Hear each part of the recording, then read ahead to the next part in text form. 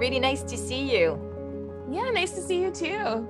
Can you explain what a fractional CMO does? Essentially, it's not much dissimilar to a CMO that might work full-time inside of a company, but the only difference is I work very part-time with companies. So I only work with maybe a handful of companies at a time, mostly on contracts. I'm technically a marketing consultant, and I work with startups and scale-ups all across North America. So tell me about your experience with mental health and what it means to you. You know, mental health has been definitely a part of the conversation for me since I was probably about 16 years old. But back then I didn't have a lot of access to resources or even the conversation to know, what it was that I was experiencing and to be able to relate that to other people.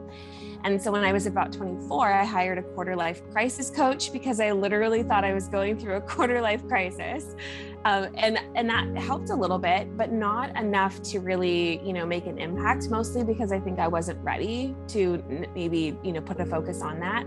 And as a result, I ended up hitting a pretty significant wall of burnout. And it was a moment where I went from being a very functioning person to a very non-functioning person. How have you been managing your mental health since this episode? Two things. I think my capacity is greater today because of everything I've gone through. I've been at the, at complete rock bottom, looking basically at the precipice of, I'm going to end this and not be here anymore. So when you've been there, everything else that's not that does feel a little bit more manageable.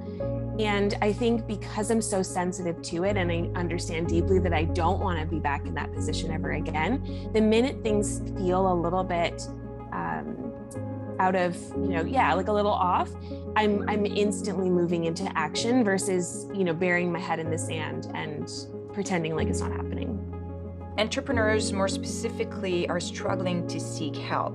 They feel that it's against their persona to seek help. So Yes. what would you tell them? And I do think that persona that you're talking about that entrepreneurs have is, it's both, it's a blessing and a curse. It's the thing that makes us, able to be entrepreneurs, to be risk takers, to push ourselves, beyond natural limits. And we put so much emphasis on the entrepreneurs that are, fearless and out there completely crushing it.